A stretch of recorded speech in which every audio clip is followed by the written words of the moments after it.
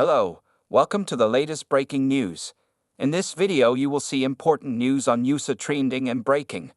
Please like this video, subscribe this channel. Phillies become the hunted in MLB playoffs as NL East champs. We're ready for it. Washington, Rob Thomson will spend Monday in Philadelphia, cooped up, he says, in his Citizens Bank Park office, preparing his Phillies team for their date in the postseason. Yet in reality, the manager has the day off, especially considering what two of his potential playoff opponents will be up to come the afternoon. For the first time in this frenetic 3-year run on Broad Street, the Phillies are National League East champions.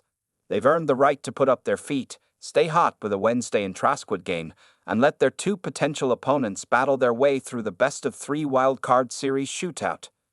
The Phillies will never know if winning the East might have saved enough gas in the tank for them to overcome the Houston Astros in a 2022 World Series they lost in 6 games, or held the line in the 2023 National League Championship Series when they blew leads of 2-0 and 3-2 to lose a 7-game gut puncher to the upstart Arizona Diamondbacks.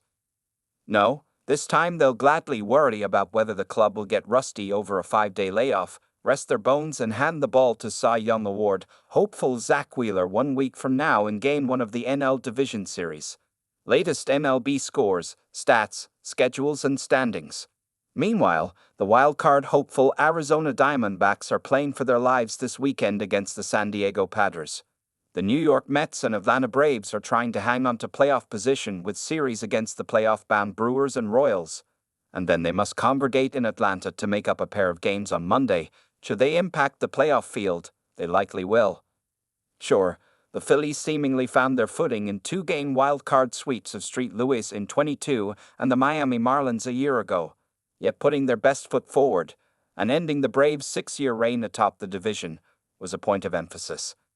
Now, 94 wins later, the Phillies can enjoy the quiet their labor earned. As soon as I got here, the first thing I kept hearing was, "We gotta keep playing good because we're going to win the division," says closer Carlos Esteves, acquired at the trade deadline as the final piece of a deep bullpen. It's not, "We want to." It's, "We're going to win the division." That's one thing that shows truly, really, a lot of confidence within the group. Philadelphia enters the NL playoffs as the No. 2 seed behind the Los Angeles Dodgers and can ensure World Series home field advantage with a win in their season finale Sunday against the Washington Nationals.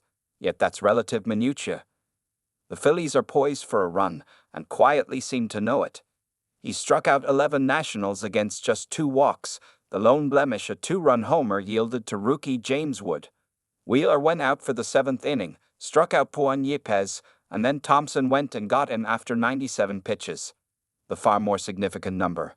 200 innings pitched, right on the nose, a mark few pitchers reach these days, particularly in the dominant fashion Wheeler did. He finished the season with a 2.57 ERA and 224 strikeouts. Saturday's outing was his 25th start of at least 6 innings and fewer than 2 runs given up. "I just told him it's been a hell of a year," says Thomson of their conversation at the mound. "That's Cy Young worthy, to me." Wheeler topped 200 innings once before in his career, 2021, when he pitched 213 and 1/3 innings but finished second to Corbin Burns, despite pitching 46 and 1/3 more innings than the Milwaukee Ace. Sale will likely win the NL pitching triple crown. He has 1 more strikeout than Wheeler and a 2.38 ERA. Yet he also has pitched 22 and 1/3 fewer innings, pending a potential assignment Sunday or Monday. Sensing a pattern? "I did the best I could," says Wheeler. Chris had a really good year, also, and he's deserving of it for sure. It's pretty cool to see him come back from missing the last 4 years or whatever it was. Good for him, and glad to see him be back to being Chris Sale.